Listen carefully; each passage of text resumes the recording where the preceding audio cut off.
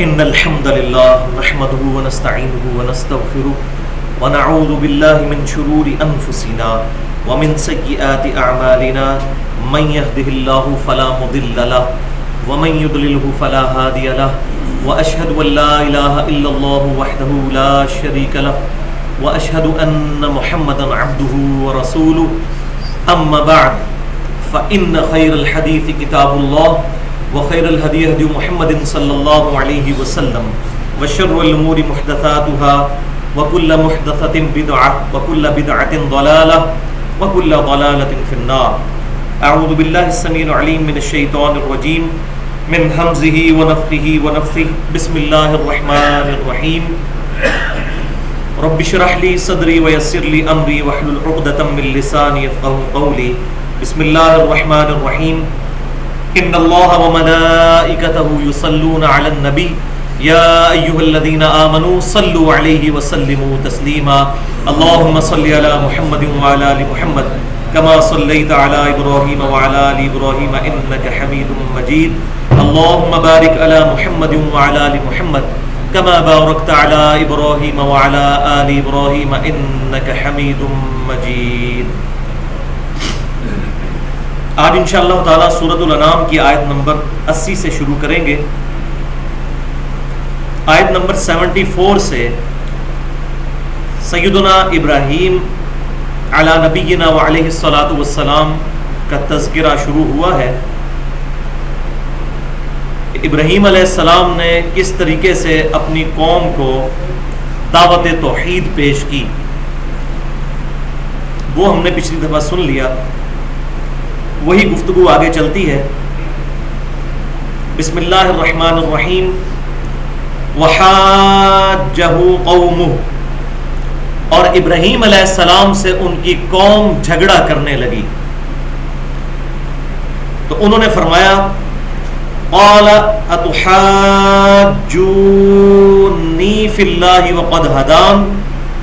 اے میری قوم، کیا تم مجھ سے اللہ کے بارے میں جھگڑا کرتے ہو جبکہ اللہ نے مجھے ہدایت دے دی ہے. جبلی طور پر ہر پیغمبر ہدایت یافتہ ہوتا ہے اللہ تعالیٰ کی طرف سے، لیکن یہ بات حق ہے کہ پیغمبر میں یہ جو ہدایت ہے یہ ڈورمنٹ پوزیشن میں ہوتی ہے. بسا اوقات اس کا اظہار ماں کی گود میں ہو جاتا ہے جیسا کہ سیدنا عیسیٰ علیہ السلام سے ہوا، اور بسا اوقات اللہ تبارک و تعالیٰ پیغمبر کو مبعوث فرماتا ہے 40 سال کی عمر میں جیسا کہ سیدنا موسیٰ علیہ السلام اور ہمارے امام کائنات سید الاولین والآخرین شفیع المذنبین رحمت للعالمین سیدنا و مولانا امام اعظم محمد رسول اللہ صلی اللہ علیہ وسلم کے کیس میں ہوا. اور یہ بات بھی حق ہے کہ اس وقت تک جب تک کہ اللہ تعالیٰ اس کو مبعوث نہ کرے پیغمبر کو خود یہ بات پتہ نہیں ہوتی کہ میں اللہ کا پیغمبر ہوں. ہاں، اللہ تعالیٰ جبلی طور پر اس کی حفاظت فرماتا ہے. پیغمبر اپنے اعلان نبوت سے پہلے بھی اللہ تعالیٰ کی حفاظت میں ہوتے ہیں جبلی طور پر. ان سے کسی بھی گناہ کا صدور محال ہے. بعض لوگ اس چیز کو انبیاء کرام علیہ السلام کی تنقید سمجھتے ہیں کہ پیغمبر کو خود نہیں پتہ ہوتا. تو یہ بات ہم اپنی طرف سے نہیں کر رہے، بلکہ اللہ تبارک و تعالیٰ نے سورہ الشورى کے آخری رکوع میں بھی یہ بات ارشاد فرمائی، اور بخاری اور مسلم کی کتنی احادیث اس پر گواہ ہے. اب یہ چونکہ موضوع چھیڑ پڑا، میرا موضوع نہیں تھا، لیکن بہتر یہی ہے کہ اس کو یہاں پر کنکلوڈ کیا جائے. سورہ الشورى پارہ نمبر 25 میں شروع میں ہی سورہ الشورى موجود ہے. اس کی آیت نمبر 52 سیکنڈ لاسٹ آیت ہے. 490 نمبر صفحہ نکال لیجئے. 490 نمبر اس بلو والے قرآن پاک میں، جس میں بالکل عقیدہ نبوت کلیئر ہو جائے گا. جبلی ہدایت میں پیغمبر ہمیشہ سے اللہ کا پیغمبر ہے، اور وہ حدیث بالکل صحیح ہے. جامعہ ترمذی میں صحیح سند کے ساتھ امام ترمذی نے بھی اس کو صحیح کہا، شیخ البانی رحمہ اللہ نے بھی اس کو صحیح کہا، اور ہمارے دور حاضر میں حدیث کے علم پر بہت بڑے محقق شیخ زبیر علی زئی صاحب نے بھی اس حدیث کو صحیح کہا کہ آپ صلی اللہ علیہ وسلم نے فرمایا کہ کہ میں اس وقت بھی اللہ کا نبی تھا جبکہ آدم علیہ السلام ابھی مٹی اور پانی کے درمیان تھے. اللہ کے علم میں اللہ کا پیغمبر ہمیشہ سے ہی اللہ کا پیغمبر ہے. شیطان ہمیشہ ہی سے اللہ کے علم میں، ابلیس اللہ کے علم میں ہے، اس کا ظہور بعد میں ہوا. تو ہمارے پیغمبر صلی اللہ علیہ وسلم پیغمبر تو اس وقت بھی تھے، لیکن یہ سارے کے سارے معاملہ ڈورمنٹ پوزیشن میں تھا. پوٹینشلی پیغمبر جبلی طور پر پیغمبر ہوتا ہے، لیکن جب اللہ تعالیٰ اس کو مبعوث کرتا ہے اس وقت اس کے علم میں یہ بات آتی ہے، اس وقت تک اس کو خود نہیں پتا ہوتا. یہ آیت اور بخاری اور مسلم کی حدیث بعد میں. آیت نمبر 52 سورہ الشورى. بسم اللہ الرحمن الرحیم. وَكَذَلِكَ أَوْحَيْنَا إِلَيْكَ رُوحًا مِّنْ أَمْرِنَا. اور اے محبوب صلی اللہ علیہ وسلم ہم نے بالکل اسی طریقے پر جیسا کہ اگلے انبیاء کو وحی کی تھی، آپ کی طرف بھی ہم نے وحی فرمائی. روحًا مِّنْ أَمْرِنَا، اپنے پاس سے. مَا كُنْتَ تَدْرِي مَا الْكِتَابُ وَلَا الْإِيمَانُ. اور اس وحی یعنی قرآن کے آنے سے پہلے نہ تو آپ یہ جانتے تھے کہ کتاب کیا ہے، ولل ایمان، اور نہ ایمان کی تفصیلات آپ کو معلوم تھی. اب اس سے مراد معاذ اللہ یہ ایمان نہیں ہے کہ پیغمبر کو توحید کا ہی نہیں پتا تھا، یعنی ایمان کی تفصیلات نہیں پتا تھی اس کتاب کے نزول سے پہلے. اور یہ آپ کسی کا ترجمہ اٹھا کے دیکھ لیں، اہل سنت کا، اہل تشیع کا، احمد صاحب بریلوی صاحب کا اٹھا لیں، اشرف علی تھانوی صاحب کا. ظاہر ہے کہ ترجمے میں کوئی بندہ ڈنڈی تو مار ہی نہیں سکتا، کہیں نہ کہیں ڈنڈی مارے گا تو پکڑی جائے گی. یہاں احمد صاحب بریلوی صاحب نے بھی بالکل صحیح ترجمہ کیا کہ اے محبوب صلی اللہ علیہ وسلم اس کتاب کے نزول سے پہلے نہ تو آپ احکام شرع کی تفصیل جانتے تھے اور نہ آپ ایمان کے بارے میں ان ڈیٹیل جانتے تھے. ولیکن، لیکن جعلناہ نورا نہدی بہ من نشاء من عبادنا، ہم اس وحی کو ہدایت کا ذریعہ بنا دیتے ہیں اپنے بندوں میں سے جس کے لیے چاہتے ہیں. اس وحی کے ذریعے آپ صلی اللہ علیہ وسلم کو ہم نے کامل ہدایت تک پہنچایا. جو ڈیٹم لیول کی ہدایت ہے وہ تو موجود تھی، لیکن کامل ہدایت. وَوَجَدَكَ ضَالًّا فَهَدَىٰ. محبوب صلی اللہ علیہ وسلم جب ہم نے آپ کو اپنی راہ میں خود رفتہ پایا تو ہدایت کے اعلیٰ ترین درجے پر فائز کر دیا. جبلی ہدایت موجود تھی، لیکن جب رجوع اللہ ہوا، بخاری اور مسلم کی متفق علیہ حدیث ہے، بلکہ امام بخاری سے شروع کے چیپٹر میں ہی لے کر آئے، وہی والے چیپٹر میں، کہ سیدہ عائشہ رضی اللہ تعالیٰ عنہ سے روایت ہے کہ نبی صلی اللہ علیہ وسلم فرماتے ہیں کہ جب میری عمر کا 40واں سال شروع ہوا اس وقت تک میں بڑی ڈائنامک لائف گزار رہا تھا. آپ ایک اچھے کاروباری تاجر تھے، سیدہ خدیجہ رضی اللہ تعالیٰ عنہ کا سامان تجارت دے کر جایا کرتے تھے. جب 40واں سال قمری اعتبار سے شروع ہوا تو آپ صلی اللہ علیہ وسلم کا اچانک دل اس دنیا سے اچاٹ ہونا شروع ہو گیا اور گوشہ نشینی آپ کو محبوب ہو گئی اور آپ غار حرا میں جا کر اپنے رب کی طرف متوجہ ہو گئے. اور ظاہر اسی لیے متوجہ ہوئے کہ جبلی ہدایت موجود تھی. اور پھر جب وہاں پر جبرائیل علیہ السلام آئے اور انہوں نے سورۃ العلق کی پہلی آیات تلاوت کی، بڑی ڈیٹیل ہے، اس کی ڈیٹیل میں جانے کی ضرورت نہیں. بہرحال اس کا رزلٹ یہ نکلا کہ آپ صلی اللہ علیہ وسلم اپنی بیوی سیدہ خدیجہ رضی اللہ تعالیٰ عنہ کے پاس آئے اور ان سے کہا کہ مجھے کمبل اڑا دو. آپ صلی اللہ علیہ وسلم پر اللہ تبارک و تعالیٰ کے خوف کا غلبہ ہوا اور آپ کی بیوی نے پھر آپ کو جو ہے تسلی دی کہ اللہ تبارک و تعالیٰ کبھی بھی آپ کو بے یار و مددگار نہیں چھوڑے گا. آپ صلی اللہ علیہ وسلم اس ایکسپیرینس سے گزرنے کے بعد جو آپ کی کنڈیشن ہوئی اور سخت پریشان ہوئے، اور آپ صلی اللہ علیہ وسلم کی پھر بیوی سیدنا ورقہ بن نوفل رضی اللہ تعالیٰ عنہ جو اس وقت عیسائی عالم تھے ان کے پاس لے گئیں. انہوں نے جب آپ صلی اللہ علیہ وسلم کی کنڈیشن سنی، بخاری کے الفاظ ہیں، انہوں نے کہا کہ یہ اسی وحی کا سلسلہ ہے جو اللہ تعالیٰ نے عیسیٰ علیہ السلام اور موسیٰ علیہ السلام کی طرف بھیجی. ان قریب اللہ تعالیٰ آپ کو مبعوث فرما دے گا رسالت کے فریضے کے لیے، اور پھر آپ کی قوم آپ کو آپ کے علاقے سے نکال دے گی. تو نبی صلی اللہ علیہ وسلم نے فرمایا یہ تو مجھ سے بڑی محبت کرتے ہیں، مجھے صادق اور امین کہتے ہیں، کیا مجھے یہ نکال دیں گے؟ تو انہوں نے عرض کی کہ اے محمد صلی اللہ علیہ وسلم، جس نے بھی آپ سے پہلے دعوت توحید بلند کی اس کے ساتھ یہی سلوک ہوا، آپ کی قوم بھی آپ کے ساتھ یہی سلوک کرے گی، اور اگر میں اس وقت تک زندہ ہوا تو میں آپ کی مدد کروں گا. لیکن اس سے پہلے ہی فوت ہو گئے. سیدہ خدیجہ کے وہ کزن لگتے تھے. تو اب یہ ساری کی ساری ایکسپلینیشنز بتا رہی ہیں کہ معاذ اللہ کوئی آپ صلی اللہ علیہ وسلم نے یہ سارا معاملہ فیبریکیٹڈ نہیں کیا. آپ کو کیا ضرورت تھی عیسائی عالم کے پاس جانے کی اور یہ سارے معاملات؟ آپ صلی اللہ علیہ وسلم میں جو ڈورمنٹ پوزیشن میں ایمان تھا وہ ایکسپلور ہوا وحی کے آنے کے بعد. اس کے بعد آپ صلی اللہ علیہ وسلم کو یہ بات معلوم چل گئی. البتہ آپ صلی اللہ علیہ وسلم کے بارے میں جو سمٹمز ہیں نبوت کے وہ تو بچپن سے ہی شروع ہو گئے تھے. وہ صحیح حدیث ہے، مسند احمد میں، مشکات المصابیح میں بھی موجود ہے. آپ صلی اللہ علیہ وسلم کے فضائل والے چیپٹر میں اس کو شیخ البانی بھی صحیح کہتے ہیں، شیخ زبیر علی زئی صاحب بھی، کہ آپ صلی اللہ علیہ وسلم نے فرمایا میں دعائے ابراہیم ہوں، میں عیسیٰ علیہ السلام کی بشارت ہوں، میں اپنی ماں کا وہ خواب ہوں جو انہوں نے میری پیدائش کے وقت دیکھا کہ ان کے لیے ایک نور ظاہر ہوا جس سے شام کے محلات بھی روشن ہو گئے. یعنی آپ صلی اللہ علیہ وسلم کی دعوت حق بالآخر اس وقت کی سب سے بڑی سپر پاور شام تک بھی پہنچے اور شام بھی، رومن امپائر بھی ڈھیر ہو گئی. تو اس طرح کی پیشن گوئیاں تو چل رہی تھی. اس طریقے سے صحیح مسلم میں بھی موجود ہے آپ صلی اللہ علیہ وسلم کے فضائل کے چیپٹر میں کہ میں اس درخت کو آج بھی، اس پتھر کو پہچانتا ہوں جو اعلان نبوت سے پہلے مجھے سلام کیا کرتا تھا. اب پتھر کا آپ صلی اللہ علیہ وسلم کے ساتھ کلام کرنا یہ کوئی چھوٹی اور معمولی بات نہیں، اور یہ صحیح مسلم میں حدیث موجود ہے. اور آپ نے فرمایا اعلان بعثت سے پہلے کرتا تھا. تو آپ صلی اللہ علیہ وسلم کو یہ اشارے ملنے شروع ہو گئے تھے کہ آپ کو اللہ تبارک و تعالیٰ نے نبوت کے لیے مبعوث فرمانا ہے. تو یہ معاملہ میں نے کلیئر کر دیا.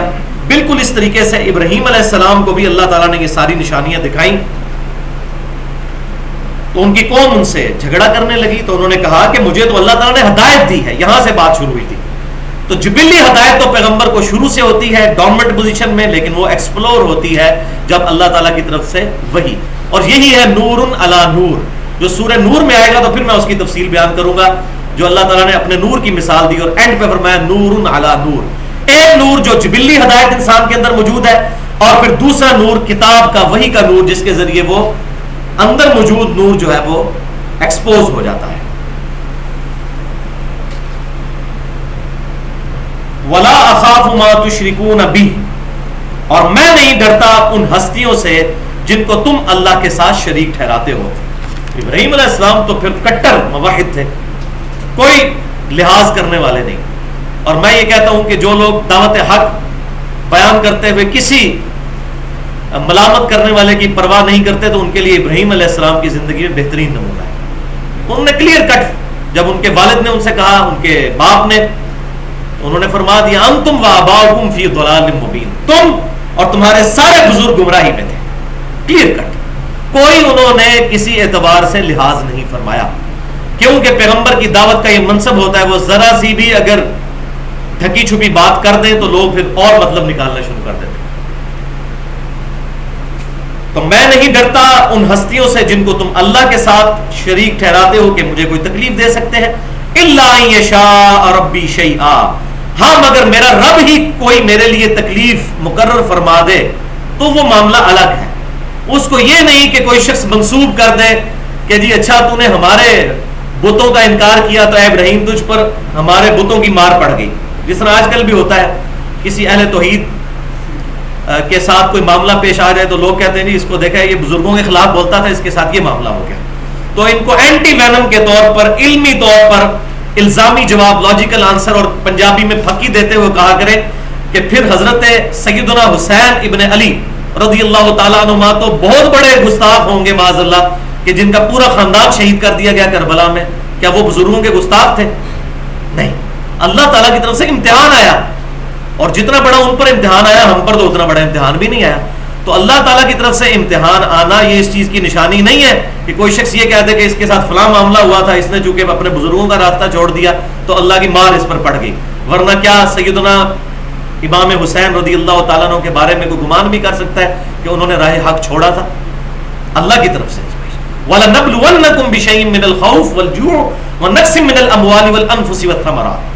یہ تو ضرور اللہ نے ٹیسٹ کرنا ہے، خوف کے ذریعے، بھوک کے ذریعے، جانوں میں اور مال میں نقصان کے ذریعے. اس کے بعد پھر صبر کرنے والوں کے لیے بشارت ہوگی.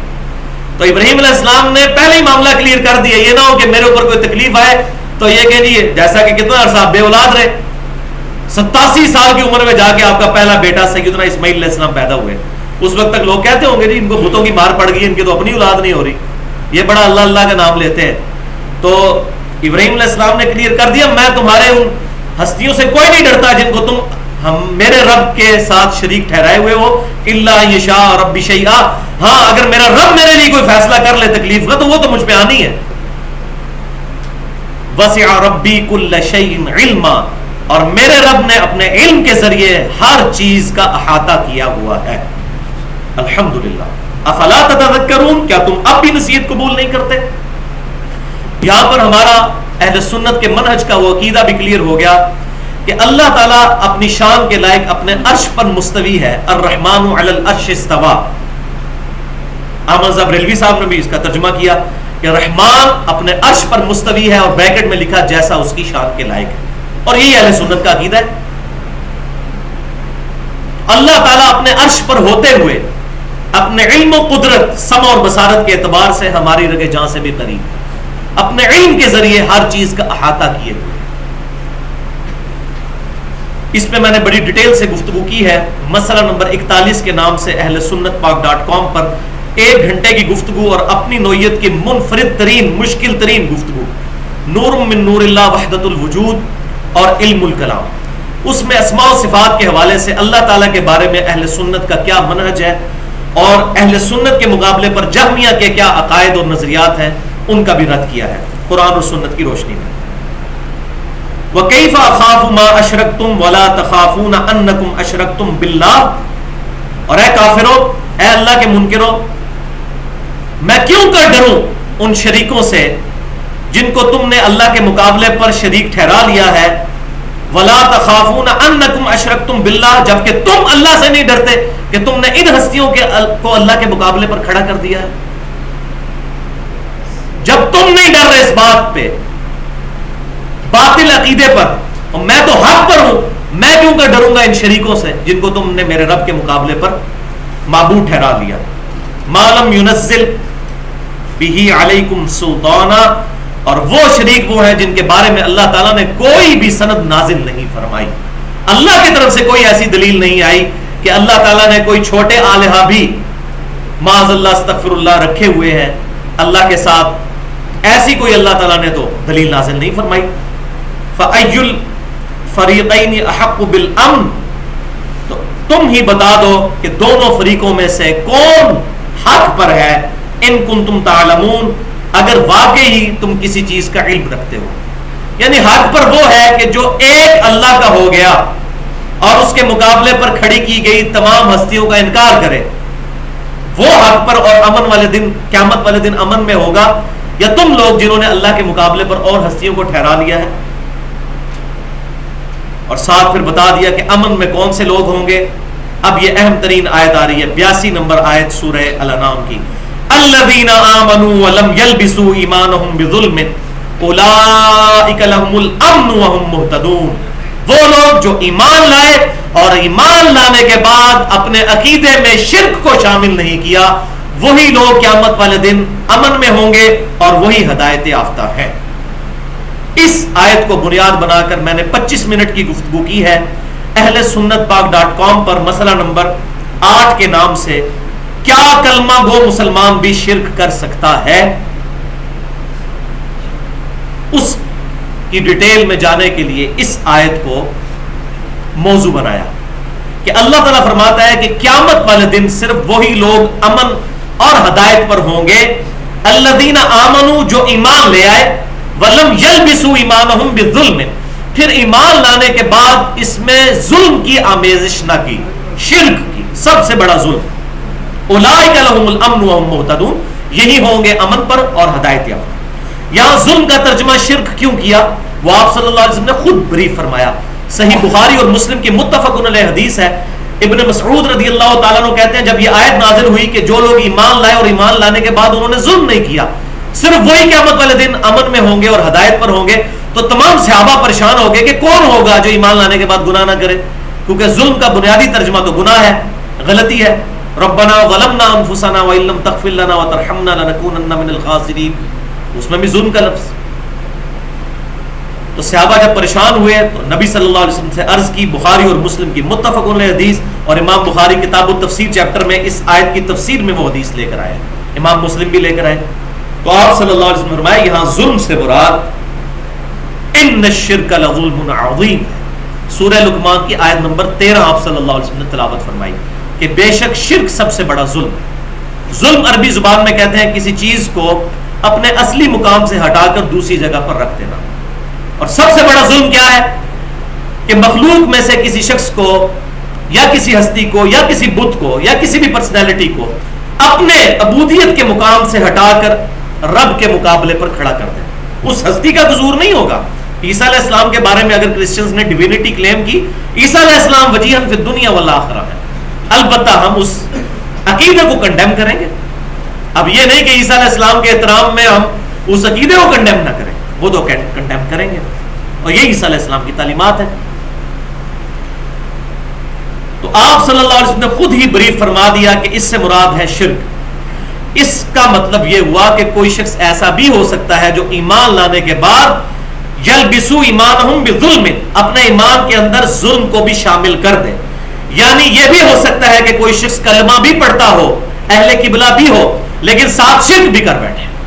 یہ آیت اس کا پروف ہے، اور اسی بنیاد پر میں نے وہ بڑی ڈیٹیل کے ساتھ گفتگو کی ہے، اس میں احادیث کے حوالے بھی دیے ہیں۔ آج موقع اور محل نہیں کہ میں اس کی ڈیٹیل میں جاؤں، اس میں نے کافی ساری مثالیں پیش کی، جن میں سے ایک ٹاپ آف دا لسٹ جو چیز ہے میں یہی بیان کر دیتا ہوں۔ صحیح مسلم میں حدیث ہے، امام کائنات صلی اللہ علیہ وسلم نے فرمایا جس شخص کے جنازے میں 40 ایسے مسلمان شریک ہو جائیں جو اللہ کے ساتھ شرک نہ کرتے ہوں، اللہ تعالیٰ ان کی وجہ سے اس کی مغفرت کر دے گا۔ اس کا کیا مطلب ہوا کہ جنازہ پڑھنے والا بھی شرک کر سکتا ہے۔ یہ جو کہہ رہے ہیں شرک ختم ہو چکا ہے، شرک ختم ہو چکا، وہ شرک ایک گروہ سے ختم ہوا ہے، اس میں نے ڈیٹیل کے ساتھ بتایا۔ بخاری اور مسلم کی وہ حدیث کہ مجھے تم سے شرک کا خدشہ نہیں، ہاں مگر تم دنیا کے مال میں پھنس جاؤ گے، اس کی ڈیٹیل یہ صحابہ کو آپ نے ارشاد فرمایا، اور قیامت تک ایک گروہ صحابہ کے پیٹرن پر شرک سے محفوظ رہے گا، باقی 72 تو دوزخ میں جائیں گے۔ بخاری اور مسلم کی متفق علیہ حدیث ہے، میری امت کا ایک گروہ قیامت تک حق پر قائم رہے گا۔ تو پوری امت کے لیے بشارت نہیں ہے، البتہ ایک گروہ کے لیے بشارت ہے، اور یہ بہت بڑی بشارت ہے، کیونکہ بنی اسرائیل میں تو سب کے سب ہی مشرک ہو گئے تھے۔ اس امت کی یہ خوبی ہے کہ اس امت کا ایک گروہ شرک سے ہمیشہ محفوظ رہے گا انشاءاللہ۔ تو اس میں نے ڈیٹیل کے ساتھ بیان کیا ہے۔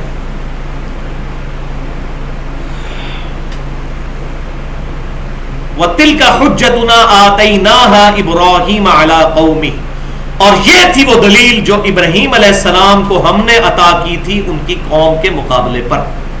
اب اس بات کو جوڑ لیجئے پچھلی باتوں کے ساتھ جو پچھلی دفعہ ہم نے پڑھی تھی، اور میں نے یہ عرض کیا تھا کہ ابراہیم علیہ السلام نے یہ جان بوجھ کر سوالیہ انداز میں ان سے سوال کیا، حالانکہ عربی کا جو اس میں قاعدہ استعمال ہوا ہے اس میں کوشچن نہیں ہے، اس میں تو ڈائریکٹ الفاظ یہی ہیں۔ یہ پیچھے آ جائیے آیت نمبر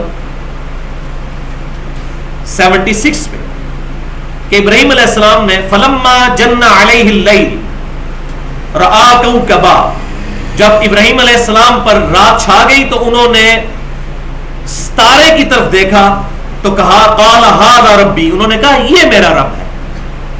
اب یہاں سوالیہ انداز میں نے کہا تھا محذوف ہے، وہ اس آیت کی وجہ سے جس پر اب ہم پہنچے ہیں کہ اللہ تعالیٰ نے فرمایا ہم نے ابراہیم کو یہ طریقہ سکھایا تھا بات کرنے کا۔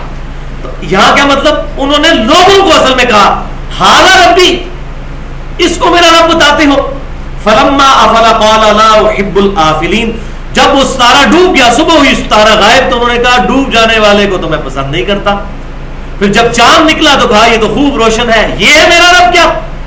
اب یہ کیا بریکٹ میں قرآن میں موجود نہیں ہے، وہ اس لیے کہ اس کو اگلی آیت کے ساتھ جوڑنا ہے کہ ابراہیم علیہ السلام کے بارے میں اللہ تعالیٰ نے فرمایا وَتِلْكَ حُجَّتُنَا آتَيْنَاهَا إِبْرَاهِيمَ عَلَىٰ قَوْمِ، یہ ایک طریقہ تھا جو ابراہیم علیہ السلام کو اللہ تعالیٰ نے اپنی قوم پر حجت اور دلیل کے لیے سکھایا تھا، کہ انہوں نے چاند کی طرف دیکھا، اچھا کہا یہ اس کو بتاتے ہو میرا رب؟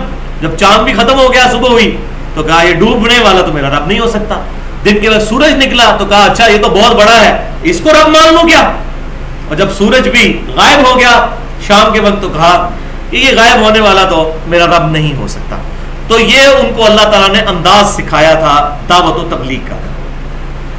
نرفع درجات من نشاء، ہم بلند کر دیتے ہیں درجے جس کے چاہتے ہیں۔ اسی قوم میں سے ابراہیم علیہ السلام کو اللہ تعالیٰ نے چن کر سب پر فوقیت دے دی۔ ان ربک حکیم علیم، بے شک تمہارا رب حکمت والا ہے اور سب کچھ جاننے والا ہے. یعنی یہ حکمت کا طریقہ ہے جو سکھایا ہے. اور کیا طریقہ وہ آگے سورۃ الانبیاء میں بھی آئے گا. وہ ایک بت خانے میں داخل ہو گئے اور سارے کے سارے بت توڑ دیے جب ان کی قوم میلے پر گئی ہوئی تھی, اور سب سے بڑے بت کے اوپر انہوں نے کلہاڑا رکھ دیا, اور پھر ان کے ساتھ توریتاً گفتگو کرتے ہوئے کہا کہ اسی سے پوچھ لو بڑے سے جس کے کندھے کے اوپر کلہاڑا ہے, اس نے کیا ہوگا. تو یہ بھی ایک طریقہ تھا ان کو سکھانے کا. اب جناب یہ 5 آیات اگلی قرآن پاک میں اہم ترین آیات ہیں, اور قرآن پاک میں سب سے بڑا گلدستہ انبیاء کرام علیہ السلام کے ناموں کا ہے. پورے قرآن میں کہیں پر بھی یکمشت اتنے انبیاء کرام کو بائی نیم مینشن نہیں کیا گیا جتنا یہاں پر ان 5 آیات میں سورۃ الانعام کی آیت نمبر 84 سے 88 تک کیا گیا. 18 انبیاء کرام علیہ السلام کا نام لے کر اللہ تبارک و تعالیٰ نے ان کا ذکر کیا. اور کیوں نام لیا؟ اصل میں بات کنکلوڈ کرنی تھی توحید پر. پھر اس کا کلائمیکس آئے گا اسی آیت سورہ الانعام کی آیت نمبر 88 میں جا کے. یہ تمام انبیاء کرام کا بائی نیم ہم نے ذکر کیوں کیا؟ اس لیے کہ اگر یہ انبیاء بھی شرک کرتے ہوتے تو ہم ان کے اعمال بھی اکارت کر دیتے. شرک is the most sensitive issue in the sight of اللہ. اللہ کے حضور سب سے زیادہ حساس معاملہ شرک کا ہے. تو پہلے یہ پڑھ لیتے ہیں, اس کے بعد انشاءاللہ میں اس کو تھوڑا سا بریف بھی کروں گا. 18 انبیاء کرام کا ذکر بائی نیم. ایک تو ابراہیم علیہ السلام کا ذکر آیا, ان کا ذکر پھر یہاں پر اشارتاً ہوا, اور 17 انبیاء کا بائی نیم آیا. ابراہیم علیہ السلام کا پہلے ہی آ چکا ہے آیت نمبر 84 سے. وَوَهَبْنَا لَهُ إِسْحَاقَ وَيَعْقُوبَ, اور ابراہیم علیہ السلام کو ہم نے عطا کیے اسحاق بھی اور ان کا آگے سے بیٹا یعقوب علیہ السلام بھی. کُلًّا هَدَيْنَا, ہر ایک کو ہم نے ہدایت دی تھی. وَنُوحًا هَدَيْنَا, اور نوح علیہ السلام کو بھی ہم نے ہدایت دی تھی. یعنی تمام کے تمام جبلی طور پر ہدایت یافتہ تھے اللہ تعالیٰ کی طرف سے. من قبل, اس سے بہت پہلے. نوح علیہ السلام تو ابراہیم علیہ السلام سے بھی پہلے ہیں. خود ابراہیم علیہ السلام سیدنا نوح علیہ السلام کی اولاد میں سے ہیں.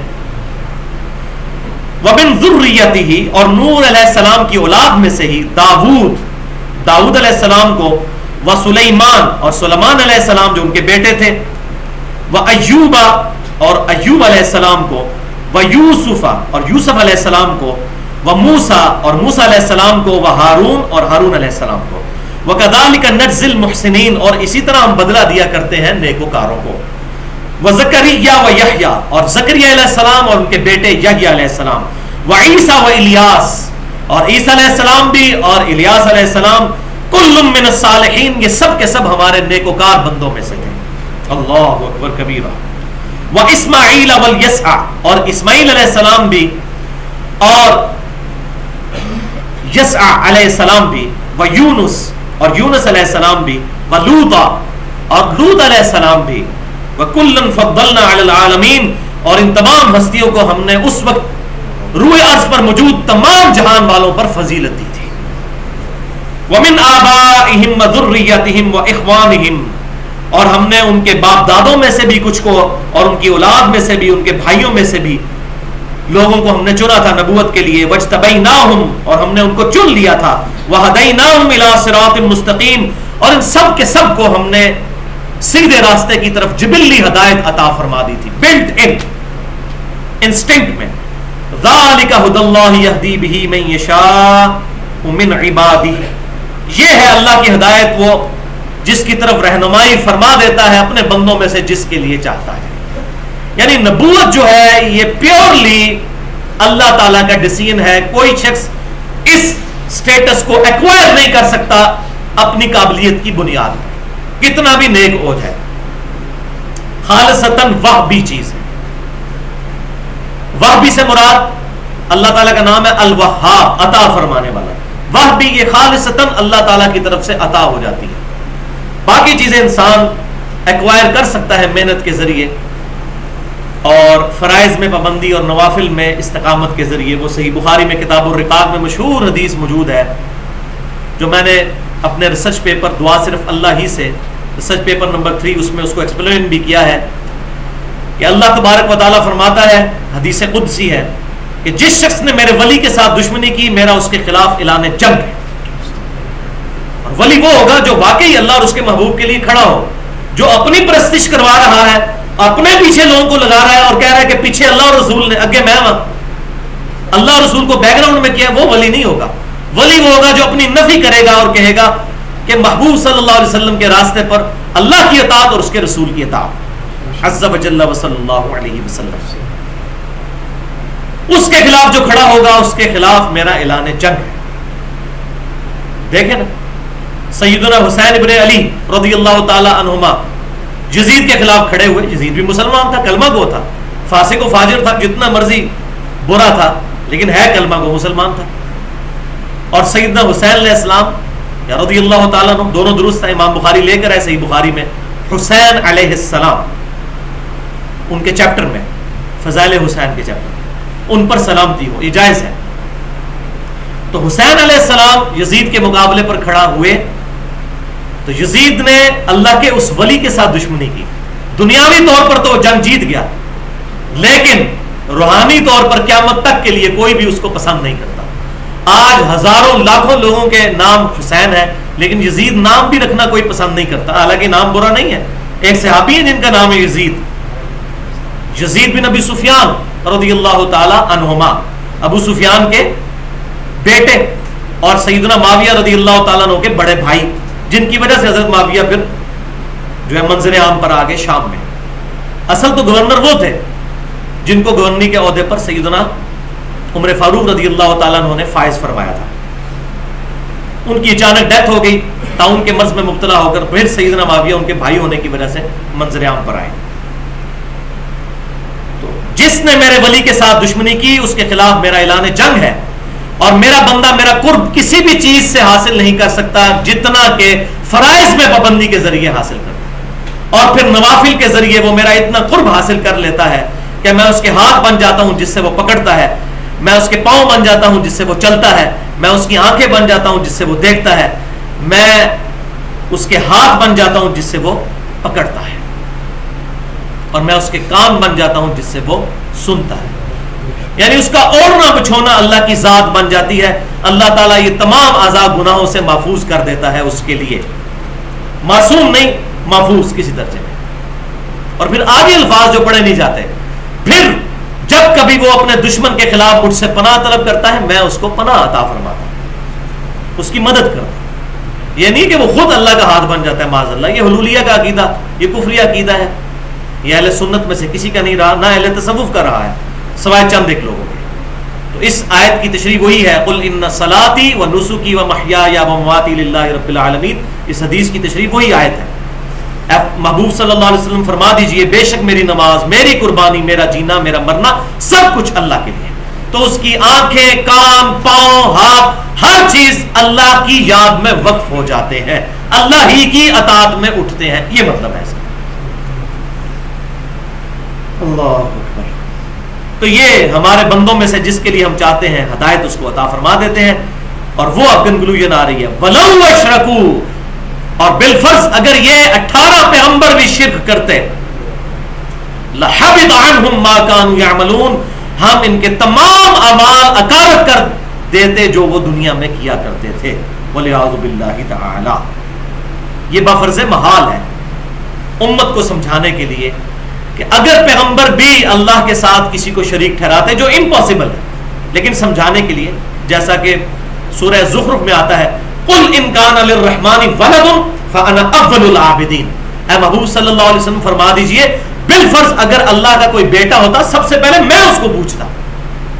اب سمجھانے کے لیے مشرکین کو نبی صلی اللہ علیہ وسلم کی زبان مبارک سے یہ بات کہلوائی گئی کہ آپ فرما دیجئے اگر اللہ کا کوئی بیٹا ہوتا تو میں اس کو سب سے پہلے پوچھتا. فانا اول المسلمین. تو اس کا کیا مطلب, کیا معاذ اللہ اللہ کا کوئی بیٹا تھا؟ نہیں. لم یلد ولم یولد. بالکل اس طریق پر اللہ تعالیٰ نے یہ فرضی کیس بیان کیا. اگر بالفرض یہ لوگ بھی شرک کرتے ہوتے, انبیاء کرام علیہ السلام بھی, تو ہم ان کے اعمال بھی اکارت کر دیتے جو وہ کیا کرتے تھے. اس سے آپ اندازہ لگائیں, شرک is the most sensitive issue in the sight of اللہ. اللہ کی نظر میں سب سے زیادہ حساس معاملہ شرک کا ہے. اور اسی کا کلائمیکس سورہ الزمر کی آیت نمبر 65 میں ہمارے پروفٹ سے اللہ تعالیٰ نے خطاب کرتے ہوئے ارشاد فرمایا صلی اللہ علیہ وسلم وَلَقَدْ أُوحِيَ إِلَيْكَ وَإِلَى الَّذِينَ مِنْ قَبْلِكَ لَئِنْ أَشْرَكْتَ لَيَحْبَطَنَّ عَمَلُكَ وَلَتَكُونَنَّ مِنَ الْخَاسِرِينَ۔ اے محبوب صلی اللہ علیہ وسلم، بے شک ہم نے آپ کی طرف بھی اور آپ سے پہلے تمام انبیاء کی طرف ایک کانٹے کی بات وہی کی تھی کہ اگر تم نے بھی شرک کیا تو تمہارے اعمال بھی اغارت کر دیے جائیں گے، وَلَتَكُونَنَّ مِنَ الْخَاسِرِينَ، اور تم بھی خسارہ پانے والوں میں سے ہو جاؤ گے۔ اللہ اکبر کبیرہ والحمد للہ کثیرہ وسبحان اللہ بکرۃ واصیلہ۔ توحید کی تلوار بھائیوں بڑی ننگی ہے، کوئی لحاظ نہیں، کوئی پروٹوکول نہیں۔ اسی لیے 2 دفعہ کیٹاگوریکل مینشن ہوا سورہ النساء آیت نمبر 48 اور آیت نمبر 116 میں، ان اللہ لا یغفر ان یشرک بہ ویغفر ما دون ذلک لمن یشاء۔ بے شک اللہ تعالیٰ اس گناہ کو کبھی معاف نہیں کرے گا کہ اللہ کے ساتھ کسی نے کسی قسم کا کوئی شرک کیا ہوا، اس کے علاوہ جتنے گناہ ہیں جس کے لیے چاہے گا معاف فرما دے گا۔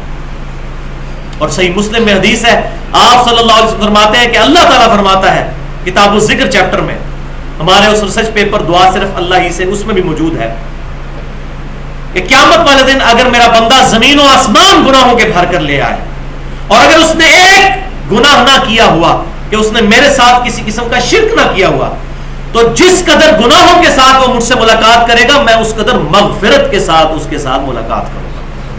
سبحان اللہ۔ لیکن یہ کوئی چھوٹی بشارت نہیں ہے۔ ہم سمجھتے ہیں شاید ہم تو بہت شرک کی تقریباً تمام اقسام سے محفوظ ہو چکے ہیں، ایسا نہیں، کچھ شرک خفی بھی موجود ہوتے ہیں۔ مسند احمد میں صحیح سند کے ساتھ حدیث ہے، آپ صلی اللہ علیہ وسلم نے فرمایا جس نے دکھلاوے کے لیے صدقہ کیا اس نے شرک کیا، جس نے دکھلاوے کے لیے روزہ رکھا اس نے شرک کیا، جس نے دکھلاوے کے لیے نماز پڑھی اس نے شرک کیا۔ یہ شرک خفی ہے، یہ شرک اکبر نہیں ہے جو معاف نہیں ہونا، شرک خفی ہے، یہ معاف ہو جائے گا، لیکن شرک کی ایک قسم ہے۔ مکمل طور پر شرک سے محفوظ صرف انبیاء کرام علیہ السلام۔ اسی لیے ابراہیم علیہ السلام کا جب بھی ذکر آیا ان کو سب سے بڑا جو ٹائٹل دیا گیا، کہا گیا وما کان من المشرکین، ابراہیم علیہ السلام مشرک نہیں تھے۔ یہ سب سے بڑی ڈگری قیامت والے دن اگر کسی کو مل سکتی ہے وہ یہ ہے کہ ہر نوع کے شرک سے محفوظ ہو جانا۔ ما کان ابراہیم یہودی ولا نصرانی، ابراہیم علیہ السلام نہ تو یہودی تھے نہ نصرانی، ولکن کان حنیفا مسلما وما کان من المشرکین، ابراہیم علیہ السلام تو سب سے ٹوٹ کر ایک اللہ کے ہو گئے تھے اور وہ اللہ کے ساتھ وہ مسلم تھے اور اللہ کے ساتھ شرک کرنے والوں میں نہیں تھے۔ تو شرک سے محفوظ ہونا یہ سب سے سپرلیٹو ڈگری ہے کسی بندے کو مل جائے، الحمدللہ۔ اور اسی پر میری ایکسکلوسیو گفتگو ہے اہل سنت پاک .com پر 1 گھنٹہ اور 38 منٹ کی، مسئلہ نمبر 3 کے نام سے دعا صرف اللہ ہی سے، اور پھر اسی کی ایکسٹینشن کے طور پر 1.5 گھنٹے کی گفتگو ہے مسئلہ نمبر 43 کے نام سے وسیلہ اور توسل کے صحیح احکام و مسائل۔ اس میں نے شرک کے حوالے سے ڈیٹیل گفتگو کی ہے، آج محل نہیں کہ اس کو بریف کیا جائے۔ اولئک الذین آتیناہم الکتاب والحکم والنبوہ، یہی وہ لوگ تھے جن کو ہم نے عطا کی تھی کتاب اور حکمت اور نبوت، یعنی انبیاء کرام علیہ السلام۔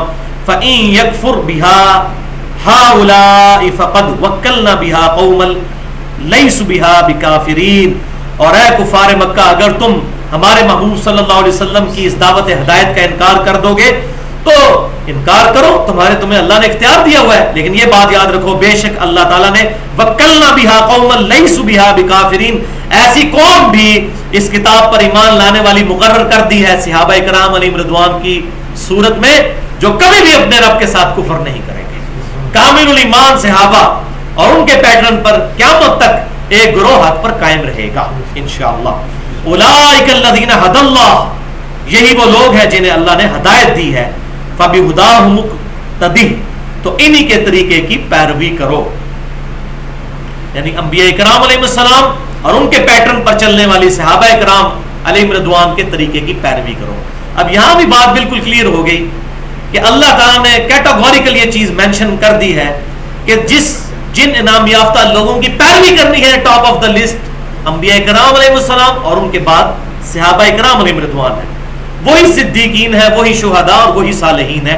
ڈیفینیٹ ان کے بعد بھی قیامت تک نیک لوگ آئیں گے، لیکن اب وحی کا سلسلہ بند ہے. ہم کسی کے بارے میں ڈیفینیٹلی نہیں کہہ سکتے کہ یہ اللہ تعالیٰ کی طرف سے ہدایت یافتہ ہے, حسن ظن نہیں رکھ سکتے. البتہ صحابہ کرام علیہم رضوان کے بارے میں الحمدللہ ہمارا یہ عقیدہ اجماعی موجود ہے.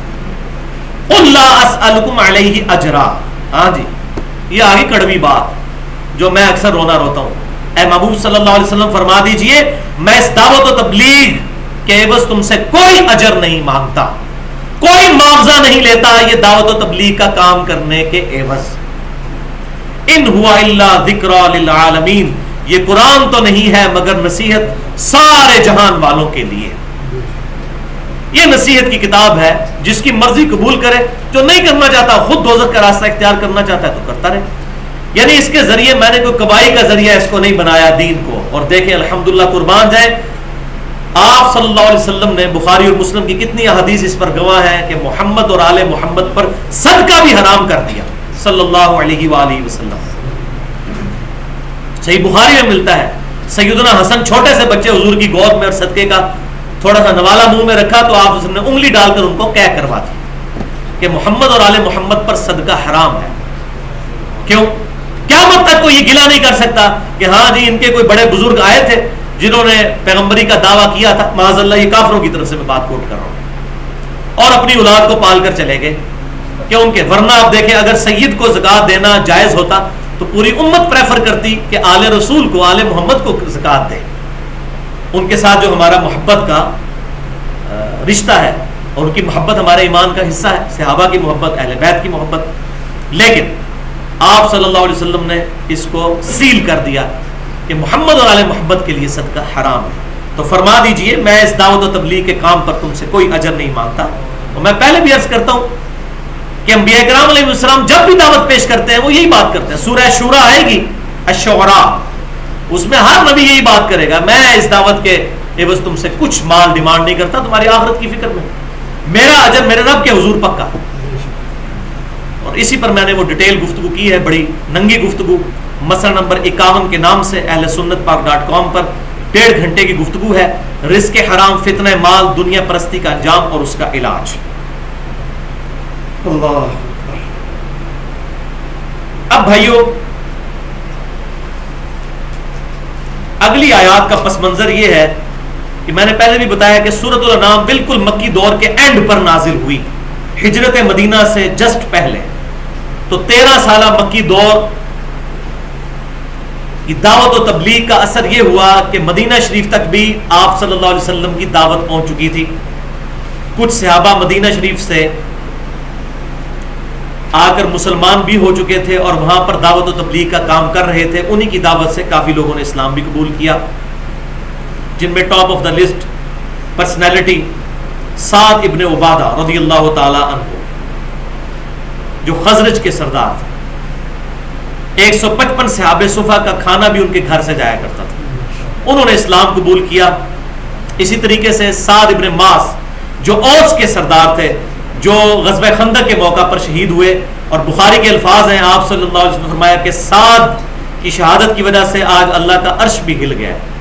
45 سال کی عمر میں ان کو تیر لگا گھٹنے پر, اتنا بڑا زخم نہیں تھا, لیکن انہوں نے دعا کی کہ اللہ اگر مشرکین مکہ اب ہمارے نبی کے ساتھ جنگ نہیں کریں گے اور ہمارے نبی پر ہی غلبہ ہمارے پیغمبر کا ہی ہوگا, تو اے اللہ اسی زخم کو میرے لیے کھول دے اور شہادت کا سبب بنا دے. ان کا زخم جاری ہوا, ان کو شہادت ملی. اور وہی ہوا غزوہ خندق کے بعد مشرکین مکہ نے پھر جرأت نہیں کی, بلکہ آپ صلی اللہ علیہ وسلم نے ان پر جو ہے چڑھائی کی. اس سے اگلے سال 6 ہجری کے اندر صلح حدیبیہ ہوئی, جس کی وجہ سے انہوں نے ایز اے پاور تسلیم کر لیا. 7 ہجری میں آ کر غزوہ خندق, غزوہ خیبر ہوئی اور یہودی بھی ڈھیر ہوئے, اور پھر 8 ہجری میں فتح مکہ, اور 9 ہجری میں غزوہ تبوک کے بعد ٹوٹل ریولوشن عرب کے اندر آ گئی. سعد بن معاذ رضی اللہ تعالیٰ عنہ اور سعد بن عبادہ اوس اور خزرج کے جو سردار تھے, ان لوگوں نے الحمدللہ دعوت حق قبول کی اور وہاں انہوں نے راہ ہموار کی. پھر انہوں نے دعوت دی آپ صلی اللہ علیہ وسلم کو کہ اب مدینہ شریف میں 300-350 بندے موجود ہیں جو آپ کے لیے جان لوٹانے کے لیے تیار ہیں, آپ یہاں پر آلٹرنیٹ بیس کے طور پر مکہ شریف سے ہجرت کر کے مدینہ شریف آ جائیں. تو بالکل آخری دور میں یہ نازل ہوئی, تو وہاں پر خبریں بھی پہنچ چکی تھیں, اور کفار مکہ کے قافلے جب وہاں سے گزرتے تھے تو وہ یہودیوں سے بھی ملتے تھے, کیونکہ کفار مکہ کو یہ بات پتہ تھی کہ یہودی بھی پیغمبر کو ماننے والے ہیں موسیٰ علیہ السلام کو، تو ان سے کچھ نہ کچھ سوال پوچھتے رہتے تھے، پھر آ کر مسلمانوں کے ساتھ چیما گوئیاں کرتے تھے. تو اللہ تبارک و تعالیٰ نے پھر مکی صورت کے اندر ہی اس کا ذکر فرما دیا. حالانکہ ابھی تک یہود و نصارہ کے ساتھ ڈائریکٹ انٹریکشن پروفٹ کا نہیں ہوا تھا صلی اللہ علیہ وسلم، وہ تو مدینہ شریف جا کر ہوا. لیکن چونکہ خبریں پہنچ چکی تھیں اور وہاں سے مشرکین مکہ کو وہ پٹیاں پڑھاتے تھے مختلف، یہ اپنے نبی سے یہ سوال پوچھو تو یہ سوال پوچھو، تو اللہ تبارک و تعالیٰ نے اب ان کو علمی طور پر جواب دیا ہے. وما قدر اللہ حق قدری، اور انہوں نے اللہ کی وہ قدر نہ پہچانی جو کہ پہچاننی چاہیے تھی. کنہوں نے؟ مشرکین مکہ نے بھی اور یہود و نصارہ نے بھی. اذ قالوا، جبکہ یہ لوگ کہنے لگے، ما انزل اللہ علی بشر من شیء، کہ اللہ تعالیٰ نے کسی آدمی پر کوئی چیز نازل نہیں فرمائی. یعنی نبی صلی اللہ علیہ وسلم نے اعلان نبوت کیا تو انہوں نے کہا اللہ تعالیٰ نے تو کسی پر کوئی بات ایسی نازل نہیں کی. اللہ کو وہ مانتے تھے لیکن ساتھ آلہہ شریک ٹھہراتے تھے. اللہ کا کنسیپٹ موجود تھا کیونکہ ابراہیم علیہ السلام کی اولاد تھے، دین ابراہیمی پر نہیں تھے، لیکن اولاد ہونے کی وجہ سے ان میں توحید کا کنسیپٹ موجود تھا. تو کہنے لگے اللہ تعالیٰ نے کسی انسان کے اوپر کوئی چیز نازل نہیں کی. یہودیوں کا بھی ایک کلام تھا، مشرکین مکہ کا. تو اللہ تعالیٰ فرماتا ہے قل من انزل الکتاب الذی جاء بہ موسیٰ، اے محبوب صلی اللہ علیہ وسلم ان سے پوچھئے کہ وہ کتاب جو موسیٰ علیہ السلام کے اوپر نازل ہوئی تھی وہ کس نے اتاری تھی. یہ یہودیوں کے چمچے بن کے آئے ہوئے، تو یہودیوں تک بھی یہ بات پہنچے کہ موسیٰ علیہ السلام بھی تو انسان تھے، ان پر بھی اگر کتاب نازل ہوئی تو ان پر کیوں نہیں نازل ہو سکتی. نورا وہدی للناس، جو کتاب سراسر نور تھی، ہدایت تھی لوگوں کے لیے. تجعلونہ قراطیس تبدونها وتخفون کثیرا، جس کو تم نے الگ الگ کر ڈالا اور اس کا کچھ حصہ چھپا لیتے ہو اور کچھ ظاہر کرتے ہو. یعنی علماء یہود کی طرف اشارہ ہے کہ اللہ نے کتاب تورات کی شکل میں دی لیکن انہوں نے اس کو ٹیمپر کر دیا، بدل دیا، کچھ حصہ اس کا چھپا لیا، کچھ ظاہر کر دیتے ہیں. ظاہر وہ کرتے ہیں جو اپنی مرضی کا ہے، اور جو آپ صلی اللہ علیہ وسلم کی پیشن گوئیاں جو آج تک تورات میں موجود ہیں. ابھی جو انارکلی والے، انارکلی سے جو لاہور سے چھپتی ہے انجیل مقدس کے نام سے، جس میں اولڈ ٹیسٹمنٹ بھی موجود ہے، نیو ٹیسٹمنٹ بھی موجود ہے، اور موسیٰ علیہ السلام کے صحائف بھی موجود ہیں، زبور بھی موجود ہے، تورات، انجیل، یہ ساری کتابوں کا وہ مجموعہ ہے انجیل مقدس کے نام سے. اس میں آپ دیکھ لیں، اس میں بھی جو تورات والا حصہ ہے شروع میں، اس کا باب نمبر 18 ڈیوٹرانومی چیپٹر، کتاب الاستثناء اس کو کہتے ہیں، اس کی آیت نمبر 18 اور 19 میں ہے کہ اے موسیٰ علیہ السلام، میں تیرے ان امتیوں کے بھائیوں میں سے، یعنی بنی اسرائیل کے بھائیوں، بنی اسماعیل میں سے تیری مانند ایک رسول اٹھاؤں گا اور اس کے منہ میں اپنا کلام ڈالوں گا. وہ اپنی خواہش نفس سے کچھ نہیں کہیں گے، وہ وہی کہیں گے جو میں ان کو وہی کروں گا، اور جو ان پر ایمان نہیں لائے گا پھر میں ان سے بدلہ لوں گا. اور اس میں میں نے ڈیٹیل سے سورۃ البقرہ کے شروع میں ہی تعارف کروایا تھا کہ یہ پروفیسی 100% ہمارے پیغمبر صلی اللہ علیہ وسلم پر فٹ ان بیٹھتی ہے الحمدللہ. تو اس کتاب کو بھی انہوں نے الگ کر دیا، آپ صلی اللہ علیہ وسلم کی بشارتیں چھپا لی. وَعُلِّمْتُمْ مَا لَمْ تَعْلَمُوا أَنْتُمْ وَلَا آبَاؤُكُمْ، اور اللہ تعالیٰ نے اس کتاب کے ذریعے تمہیں سکھایا جو کچھ تم نہیں جانتے تھے اور نہ تمہارے آباء و اجداد جانتے تھے. علم کا خزانہ وہ کتاب. قل اللہ، پھر خود ہی فرما دیجئے کہ وہ اللہ ہی ہے جس نے نازل کی تھی. سوال بھی پوچھا کہ پوچھئے ان سے کس نے کتاب نازل کی تھی، تو آپ ارشاد فرما دیجئے وہ اللہ نے کی تھی. ثم ذرہم فی خوضہم یلعبون، اور پھر ان کو چھوڑ دیجئے کہ یہ اپنی بےہودہ باتوں کے اندر غور و تفکر کرتے رہیں. میں نے پچھلی دفعہ بتایا تھا غور و خوض یہ اردو میں بھی استعمال ہوتا ہے. غور ہوتا ہے، تفکر ہوتا ہے، آپ کسی چیز سے پازیٹیو رزلٹ نکالنے کے لیے اس پر سوچیں. اور خوض عربی میں اور اردو میں ہم اسے خوض کہتے ہیں، وہ ہوتا ہے نیگیٹو انداز سے کسی بات کو سوچنا. تو اللہ نے فرما دیا انہوں نے بات ماننی تو پھر بھی کوئی نہیں ہے، تو ان کو اپنی بےہودہ باتوں میں کھیلتے رہنے دیجیے. وَهَذَا كِتَابٌ، اور اب یہ آ گیا ہے فائنل ٹیسٹمنٹ، یہ ہے کتاب. أَنزَلْنَاهُ مُبَارَكٌ مُصَدِّقُ الَّذِي بَيْنَ يَدَيْهِ، اور یہ کتاب ہے جو کہ مبارک کتاب ہے، جو تصدیق کرنے والی ہے اس کی جو اس سے پہلے گزری ہیں کتابیں. یعنی یہ کتاب یہ نہیں کہتی کہ مجھ سے پہلے جتنی کتابیں ہیں وہ باطل ہیں معاذ اللہ، نہیں. اس کتاب نے اگر حق ہونے کا دعویٰ کیا تو ساتھ تصدیق بھی کی ہے دو اعتبار سے. ایک تو بشارت کہ تورات میں تھا کہ پیغمبر آخر الزمان پر یہ کتاب ایسی نازل ہونی ہے کہ ان کے منہ میں اللہ تعالیٰ کلام ڈالے گا، پہلے انبیاء کرام کے ساتھ وحی اس طرح نہیں نازل ہوتی تھی، بلکہ تختیوں کی شکل میں دی گئی موسیٰ علیہ السلام کو. تو اس اعتبار سے تورات کی تصدیق اس نے کی کہ تورات کی پروفیسی یہاں پر پوری ہوئی، جو پریڈکشن اس میں تھی وہ اس کتاب نے پوری کی خود آ کر. اور دوسرا یہ کتاب بذات خود اس چیز کی تصدیق کرتی ہے کہ وہ کتابیں بھی اللہ کی کتابیں تھیں. لِتُنذِرَ أُمَّ الْقُرَىٰ، اور یہ کتاب ہم نے اس لیے آپ کو عطا فرمائی تاکہ آپ اس کتاب کے ذریعے ام القریٰ جو ہے بستیوں کی ماں یعنی مکہ شریف، ومن حولها، مکے کے لوگوں کو اور اس کے ارد گرد کے لوگوں کو قیامت کے دن کا ڈر سنا دے. تو آپ صلی اللہ علیہ وسلم کی بعثت خاصہ جو ہے وہ مشرکین عرب کی طرف ہوئی ہے، بنو اسماعیل کی طرف، اور بعثت عامہ پوری انسانیت کی طرف. ام القریٰ، بستیوں کی ماں، بستیوں کی جڑ، بستیوں کا سینٹر. اور آپ یہ آج بھی کیلکولیشن کر سکتے ہیں، یہ 3 بڑے بر اعظم جو اس وقت تک نون تھے لوگوں کو، ایشیا، یورپ اور افریقہ، یہی آبادی کا مین مرکز ہے.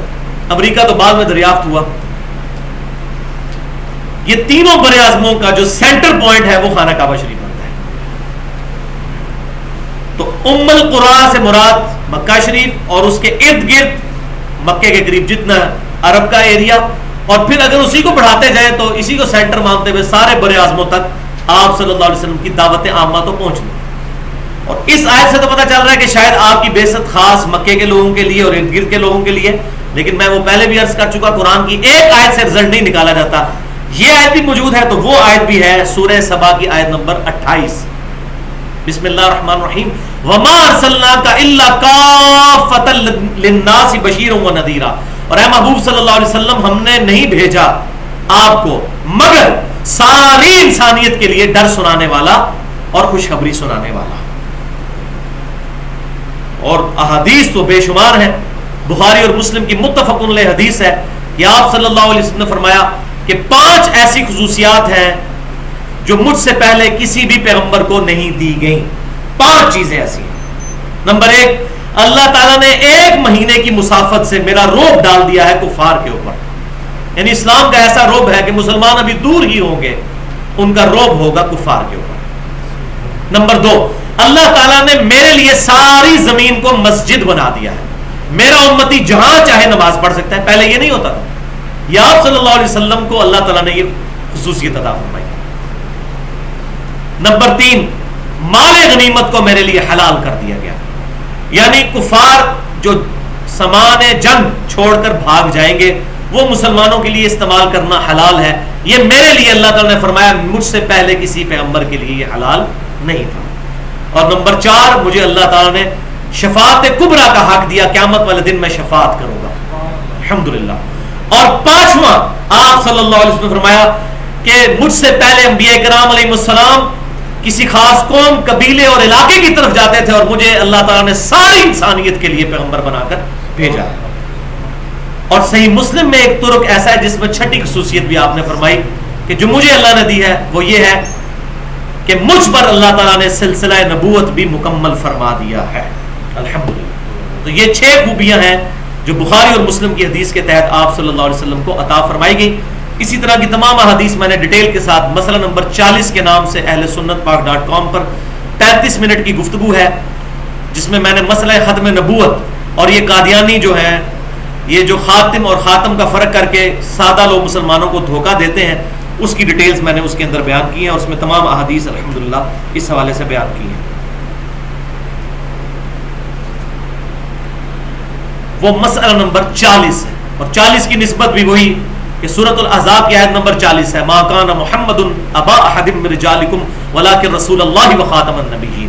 محمد صلی اللہ علیہ وسلم تو مردوں میں سے کسی کے باپ نہیں بلکہ وہ تو اللہ کے رسول اور سلسلہ نبوت کو مکمل فرمانے والے ہیں. خاتم بھی ہیں، نبوت کی مہر بھی ہے اور نبوت ڈاکومنٹ کے اینڈ پر لگتی ہے، اور نبوت کی سیل بھی ہے، خاتم بھی ہے. سیل جیسے یہ ڈاک کے لفافے کے اوپر ایک سیل لگائی جاتی ہے جس کا مطلب ہے اب اس لفافے میں کوئی چیز ایڈ نہیں ہو سکتی. خاتم بھی ہے اور خاتم بھی. آپ ڈر سنا دیں اس کتاب کے ذریعے ام القریٰ مکہ شریف اور اس کے ارد گرد کی بستیوں کو.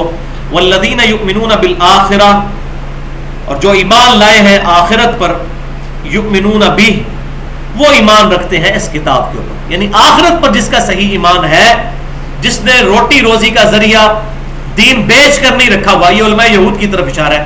اگر واقعی وہ آخرت سے ڈرتے ہوتے تو کبھی بھی آپ صلی اللہ علیہ وسلم کی پیشن گوئیاں تورات میں نہ چھپاتے. عوام کو تو پتہ ہی کوئی نہیں تھی.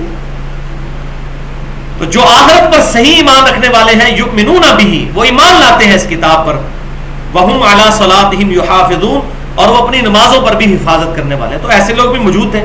یہودیوں میں سے تھے عبداللہ بن سلام رضی اللہ تعالیٰ عنہ, جنہوں نے دعوت حق قبول کر لی تھی, لیکن بہت کم لوگ تھے. وَمَنْ أَظْلَمُ مِمَّنِ افْتَرَى عَلَى اللَّهِ كَذِبًا, اور اس سے بڑھ کر ظالم کون ہوگا جو اللہ پر جھوٹ باندھنا شروع کر دے. او قال اوحی الی ولم یوحى الیہ شیء, اور اللہ تعالیٰ پر اس طرح کا بھی جھوٹ باندھے, اس بڑے لیول کا کہ وہ کہے کہ میری طرف اللہ کی طرف سے وحی ہوئی ہے, حالانکہ اس کی طرف اللہ کی طرف سے وحی نہ ہوئی ہو. اس سے بڑا ظالم کون ہو سکتا ہے؟ تو اس کا مصداق دور حاضر میں آپ سمجھ لیں کچھ عرصہ پہلے غلام احمد قادیانی ہے, اور اس سے پہلے بھی بخاری اور مسلم کی متفق علیہ حدیث ہے, قیامت اس وقت تک قائم نہیں ہوگی جب تک 30 جھوٹے دجال نہ پیدا ہو جائیں. ان میں سے ہر ایک دعویٰ کرے گا کہ میں اللہ کا پیغمبر ہوں. اور ابو داؤد اور ترمذی میں آگے الفاظ ہیں, آپ صلی اللہ علیہ وسلم نے فرمایا کہ نبوت مجھ پر مکمل ہو چکی ہے, انا خاتم النبیین لا نبی بعدی, میں خاتم النبیین ہوں, میرے بعد کوئی پیغمبر نہیں ہے. تو اس سے بڑا ظالم کون ہے جو اللہ پر جھوٹ باندھے, اور اس حد تک, یعنی اللہ تعالیٰ یہ فرما رہا ہے معاذ اللہ, ہمارے پیغمبر صلی اللہ علیہ وسلم تو اگر معاذ اللہ اللہ کی طرف کوئی ایسی بات منسوب کر رہے ہیں تو یہ بہت بڑے ظالم ٹھہریں گے کہ یہ کہتے ہیں میری طرف وہی آتی ہے, اور تم خود بھی یہ بات مانتے ہو ان کو کبھی جھوٹ بولتے ہیں, میں تم نے نہیں دیکھا. ان کا پورا کریکٹر ہے, اور سورہ یونس میں بھی چل کر آئے گا آگے, اللہ تعالیٰ فرماتا ہے محبوب ان سے فرماؤ اتنا عرصہ میں تم میں رہا ہوں.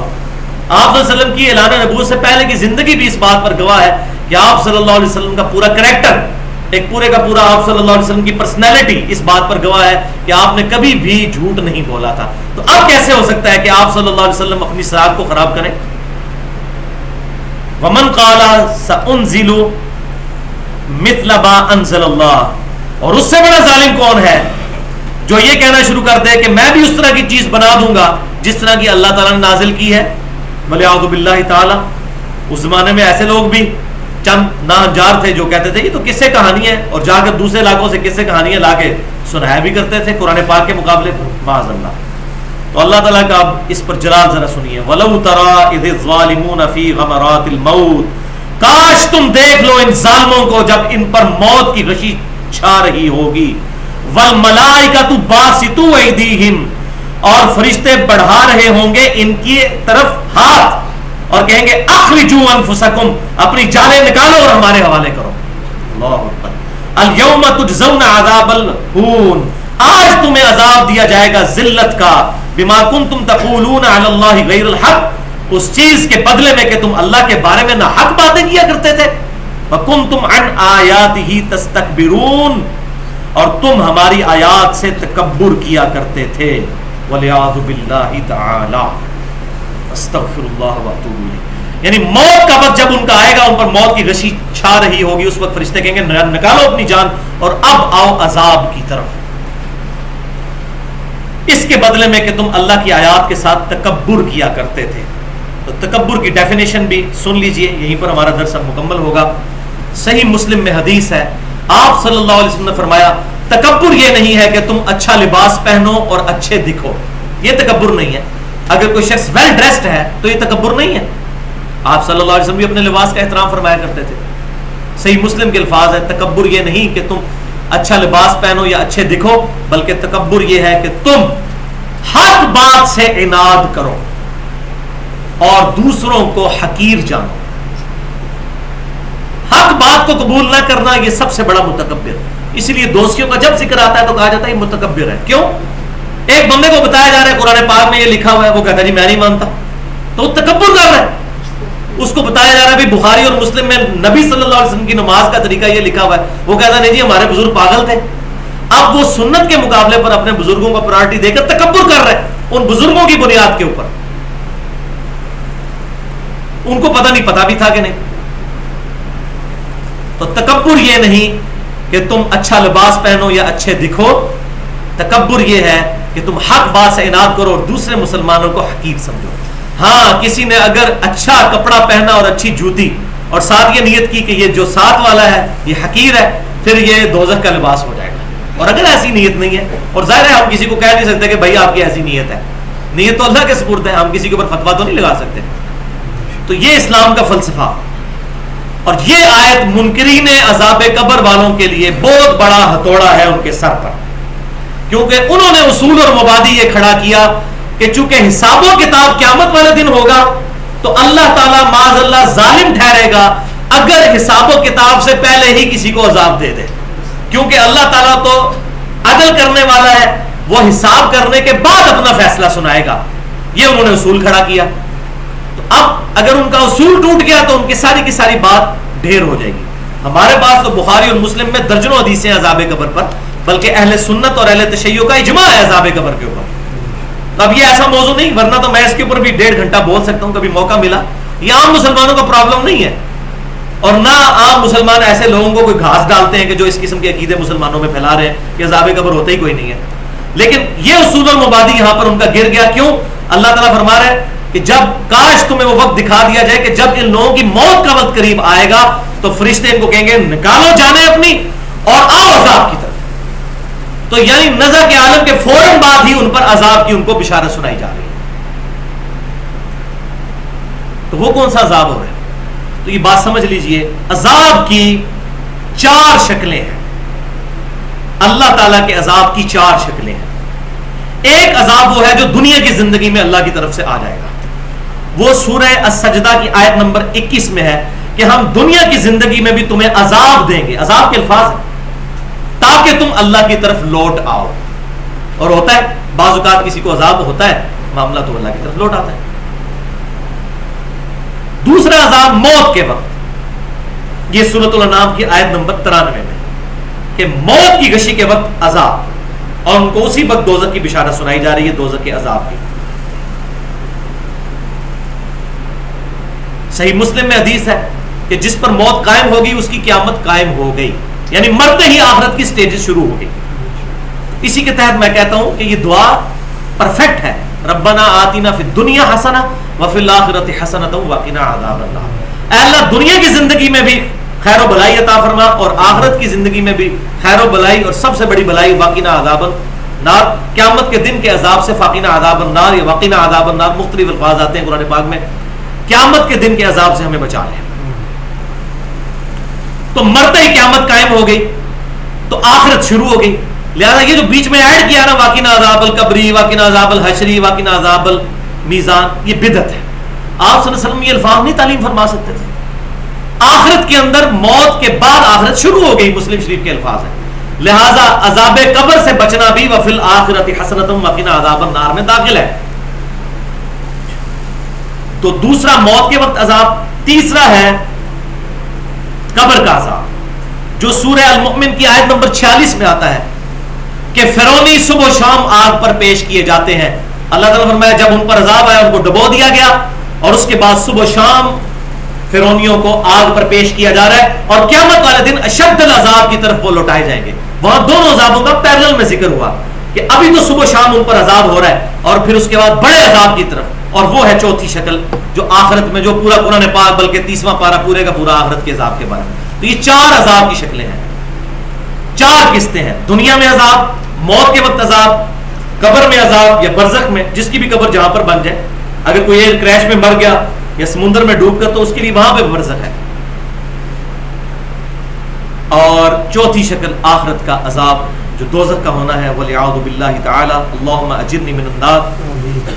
تو یہ 4 شکلیں ہیں عذاب کی، یہ ذہن میں رکھیں، اور یہ آیت ضرور، اور امام بخاری رحمۃ اللہ علیہ نے عذاب قبر کے اوپر جو چیپٹر باندھا عذاب قبر کے ثبوت میں، ان میں یہ آیات لے کے آئے ہیں، سورۃ الانعام کی آیت نمبر 93 بھی لے کر آئے ہیں، اور سورۃ المومن کی آیت نمبر 46 بھی لے کر آئے ہیں، اس بات کے ثبوت میں کہ خالی میں بخاری میں حدیثیں نہیں جمع کر رہا، بلکہ قرآن کی آیات بھی اس پر شاہد ہے کہ عذاب قبر برحق ہے، الحمدللہ۔ اور قبر کا لفظ ہم اس لیے بولتے ہیں کہ عموماً انسان کو قبر میں دفن کیا جاتا ہے، عموماً، ورنہ تو جہاں پر بھی بندہ مر گیا، جہاں پر اس کے ذرے بکھر گئے، وہی اس کے لیے قبر ہے۔ اللہ تعالیٰ ہمیں عذاب قبر سے محفوظ فرمائے۔ سنن نبی داؤد میں صحیح حدیث ہے، صحیح سند کے ساتھ، شیخ البانی نے اس کو ضعیف کہا لیکن ان کی وہ منہج کی غلطی ہے، اصول محدثین پر بالکل پیٹ حدیث ہے اور جس کو مجہول راوی سمجھتے ہیں وہ اس راوی کی توثیق کئی محدثین سے ثابت ہے، ایون بعض محدثین نے اس کو صحابی بھی ذکر کیا ہے کہ آپ صلی اللہ علیہ وسلم نے فرمایا جو شخص نماز مغرب پڑھنے کے بعد بغیر کسی سے گفتگو کیے 7 دفعہ پڑھ لے گا اللہم اجرنی من النار، اے اللہ مجھے نجات دے دے آگ کے عذاب سے، اس رات کو اگر وہ مر گیا تو اللہ تعالیٰ اسے دوزخ سے رہائی عطا فرما دے گا۔ کتنا آسان وظیفہ ہے، مغرب کے بعد بغیر کسی سے گفتگو کیے 7 دفعہ اللہم اجرنی من النار۔ ہمارے صبح شام کے جو اذکار اہل سنت پاک .com پر رکھے ہوئے اس میں میں نے یہ وظیفہ ڈالا ہوا ہے۔ اور اگر کوئی شخص فجر کی نماز کے بعد بغیر کسی سے گفتگو کیے 7 دفعہ پڑھ لے اللہم اجرنی من النار، اس دن کو اگر مر گیا تو اللہ تعالیٰ اسے دوزخ سے رہائی عطا فرما دے گا۔ اللہم اجرنی من النار، تو یہ وظیفہ ضرور جو ہے وہ اپنی زندگی میں شامل کر لیجئے۔ اللہ تعالیٰ سے دعا ہے جو حق بات میں نے کہی ہمارے دلوں میں راسخ فرمائے، اگر جس بات میں میرے منہ سے کوئی غلط بات نکل گئی تو اللہ تعالیٰ ہمارے دلوں سے معاف کر دے، ہمیں کتاب و سنت کی تعلیمات پر عمل کر کے دوسرے بھائیوں تک پہنچانے کی توفیق عطا فرمائے۔ سبحانک اللہم و بحمدک اشہد ان لا الہ الا انت استغفرک و اتوب الیک وما علینا الا البلاغ المبین۔